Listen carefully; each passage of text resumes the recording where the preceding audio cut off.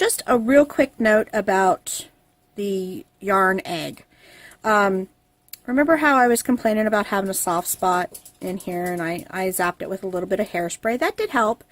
But I remembered as I was sitting here looking at it going, you know, why is this part more firm than this part? What did I do? I remembered something.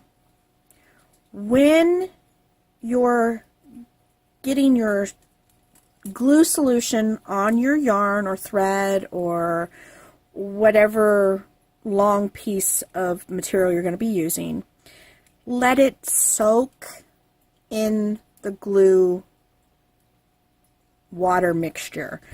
The more that's on it, the thicker and harder it will dry.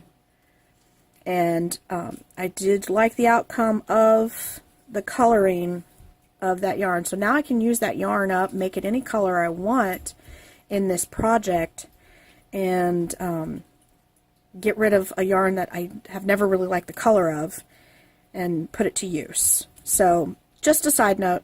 And again, if you like it, let me know. Give me some comments down there. Thanks. I'll catch you on the next one.